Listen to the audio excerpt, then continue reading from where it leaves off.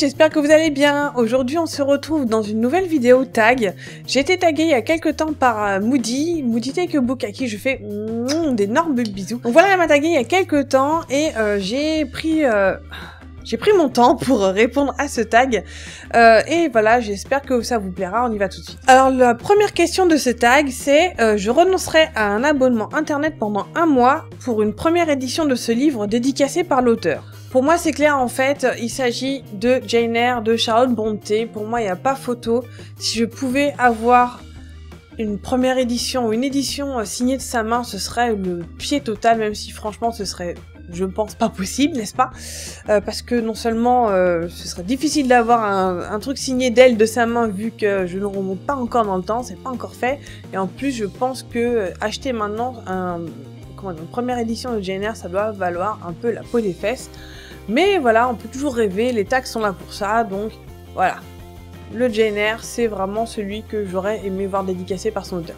Deuxième question, je renoncerais aux pizzas pendant 1 an si je pouvais être assise aux côtés de cet auteur pendant un vol longue distance. Alors pour moi, je pense que j'aimerais avoir comme ça une espèce de masterclass, donc rester bloqué pendant plusieurs heures de vol à côté de quelqu'un qui serait hyper enrichissant. Pour moi, ce serait Stephen King. Donc là, j'ai Shining, mais bon, n'importe quel livre de Stephen King, je peux vous montrer, mais bon, voilà. Donc, si je pouvais être assise à côté de Stephen King ou par exemple Maxime Chatham pendant toute une traversée, je pense que j'apprendrais vraiment énormément sur l'écriture, sur le qu'est-ce que c'est qu'être écrivain, et je pense que ce sont des gens qui doivent être extrêmement intéressants à discuter avec, et voilà, franchement, voilà, Stephen King ou Maxime Chatham, ce sont vraiment 2 personnes avec qui ça doit être super intéressant de se retrouver coincé pendant quelques heures. Troisième question, donc je me coltinerais des milliers d'heures de pub si cela assurait l'adaptation cinématographique de ce livre par Hollywood. Donc dans le cas où ce serait une bonne adaptation évidemment et pas un navet, pour moi ce serait la trilogie des joyaux ou la trilogie des périls, hein. Bon, on commence par la trilogie des joyaux de David Eddings, ça c'est aux éditions Pocket Fantasy. C'est une série de fantasy que moi je mets carrément au-dessus du Seigneur des Anneaux, faut que je préférais en fait au Seigneur des Anneaux, parce que j'aime son humour, j'aime les personnages, j'aime tout là-dedans quoi. Je veux dire, il y a vraiment, il y a de l'aventure, il y a de la magie, mais pas tant que ça, mais un petit peu quand même. Il y a surtout beaucoup d'intrigues politiques.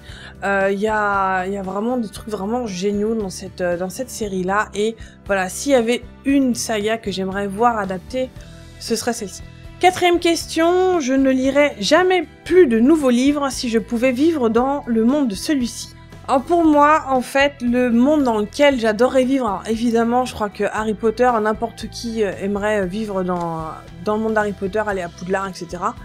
Donc je n'allais pas dire ça, même si franchement, je pense que je kifferais ma mère d'aller à Poudlard. Mais je pense aussi que le monde dans lequel j'adorerais vivre, c'est sur Perne, voilà. De se lier avec un dragon, de combattre les fils, de connaître la vie, le lien télépathique avec les dragons. Je trouve ça, j'adore cet univers, et voilà, c'est un truc qui me fait rêver depuis que j'ai commencé à lire cette saga, et j'adore quoi, je veux dire, enfin bon, si vous avez lu Perne, si vous avez déjà joué à des RP par forum à Perne, je pense que vous saurez de quoi je parle, mais c'est juste un univers dans lequel j'adore m'immerger et me plonger quand je relis les bouquins. Ensuite, la 5e question, donc je laisserais volontiers mon historique Google être dévoilé publiquement si je pouvais être meilleur ami avec cet auteur. Quelqu'un avec qui j'aimerais beaucoup avoir des relations un peu plus personnelles, on va dire. Il s'agit de Robin Hobb, que j'ai rencontré déjà 2 fois aux Imaginales et avec qui ça a toujours été un moment vraiment très particulier, voilà, de déjeuner avec, et ça m'a l'air d'être quelqu'un qui est extrêmement doux, extrêmement intéressant aussi, et voilà, c'est quelqu'un avec qui franchement ça me plairait d'avoir une relation plus amicale, et vraiment être meilleur ami avec, ça doit être quand même vachement sympa. Être meilleur ami de Robin Hobb, ça fait vachement cool sur CV.